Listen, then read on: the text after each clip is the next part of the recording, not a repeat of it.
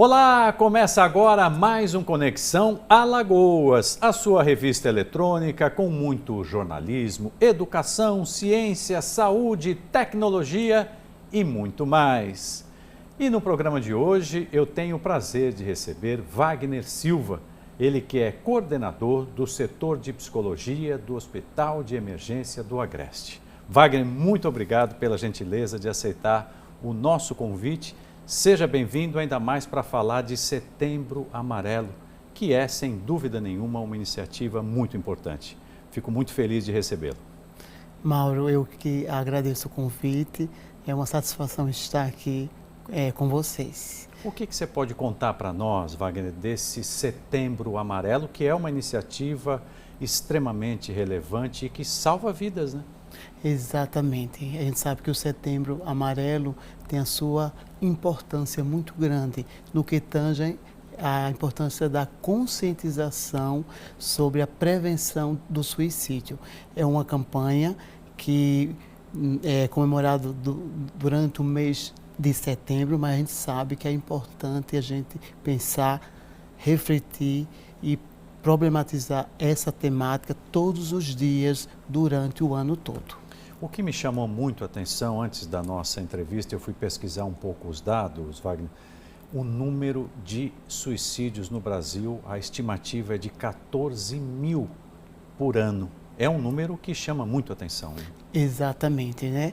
E esses números, né, a cada 40 segundos, uma pessoa comete o suicídio, esses dados, né, mundialmente. A gente vem percebendo os estudos cada vez mais, o quantitativo de pessoas que está passando por um processo de adoecimento. A gente compreende, né, o suicídio, a pessoa apresenta um comportamento suicida, que muitas das vezes se dá primeiramente a partir de quê? Do pensamento, depois vem de uma ideia com um tempo maior, com um planejamento, e muitas das vezes chega até o processo do próprio suicídio, que é o ato em si. Então, e a pessoa, a própria Organização Mundial da Saúde nos apresenta 3 características principais da pessoa que está vivenciando esse processo, que é a impulsividade. A pessoa age pela impulsividade, com aquela sensação do desespero, desamparo e desesperança.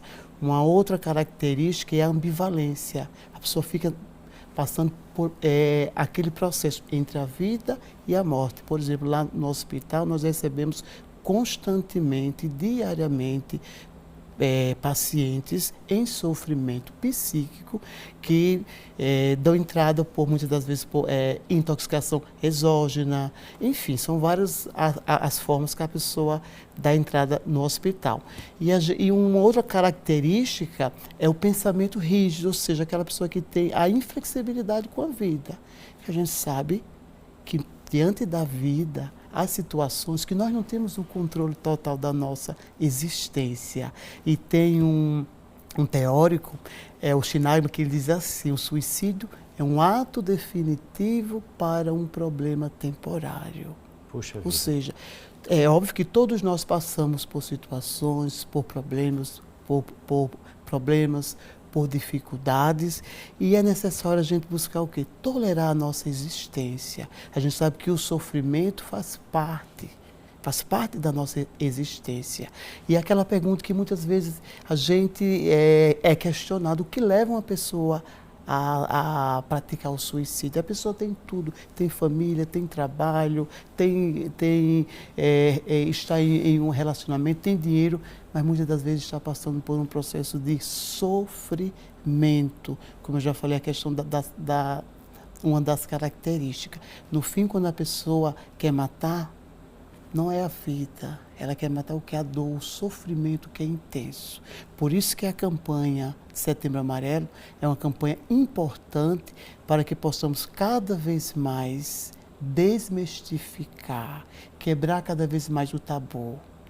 Que por mais que é importante a campanha, porque nós percebemos onde as pessoas estão tendo essa sensibilização, essa consciência, compreendendo, mas é necessário cada vez mais para que possamos diminuir cada vez mais os estigmas, o preconceito, os julgamentos, Enfim, todos nós passamos, como eu já disse, por situações e que muitas das vezes nos leva para o adoecimento. Wagner, você comentou do teu dia a dia lá no hospital. Aproveito para mandar um grande abraço para todos que fazem o hospital de emergência lá do Agreste. Normalmente, há um perfil padrão dessas pessoas que tentam o suicídio ou é o tipo de atitude que acomete todas as classes sociais dos mais diversos perfis? Sim, nós temos sim alguns dados, por exemplo, geralmente são os jovens e os idosos, né? Porque os jovens, né? Esse processo de mudança de fase. Os idosos, né? Geralmente quando chega aquele processo de aposentadoria também. Então, a própria literatura nos mostra também, através dos estudos também, então, geralmente tem esse perfil. São os adolescentes e os idosos que estão passando por esse processo assim, de mudança na sua existência, com um processo assim, de crise. E a crise é uma oportunidade de recriação. E muitas das vezes também pelo o processo de falta de pertencimento. O pertencimento é algo que é muito importante. Aquilo que dá sentido para a minha existência pode não dar sentido para a sua existência. Por isso que a gente tem que compreender a questão do suicídio como algo multifatorial. O que leva uma pessoa a praticar é completamente diferente para a outra pessoa. Claro que os estudos também comprovam esse perfil para os adolescentes e para os idosos. O teu trabalho lá no dia a dia no hospital, eu fico imaginando como é que é a chegada, a abordagem lá no leito onde está uma pessoa que tentou o suicídio. É uma tarefa e tanto, hein? Exatamente, é um manejo, a gente pensa no seguinte, é um manejo. Nós recebemos pacientes por traumas, né, e também nós recebemos também esse paciente que está em sofrimento, vamos pensar assim, até para desmistificar o preconceito, a pessoa que está passando por um processo de sofrimento psíquico. Porque antes, para ela não ser julgada, discriminada ou suicida, não, é uma pessoa. Nós não podemos perder que é uma pessoa, a pessoa está passando em um sofrimento, por um processo de sofrimento e o adoecimento. Então, é importante esse manejo, o manejo de que? Da equipe, de todos os profissionais, que inclusive nós iremos realizar o primeiro simpósio interdisciplinar do Setembro Amarelo, lá no Hospital de Emergência, onde nós temos como tema central a temática, né, o manejo do paciente em sofrimento psíquico e comportamento suicida e a importância do autocuidado do profissional da saúde. Puxa, é mesmo, né? Fundamental isso também, né? Exatamente, porque o profissional da saúde é uma pessoa, é um ser humano que adoece.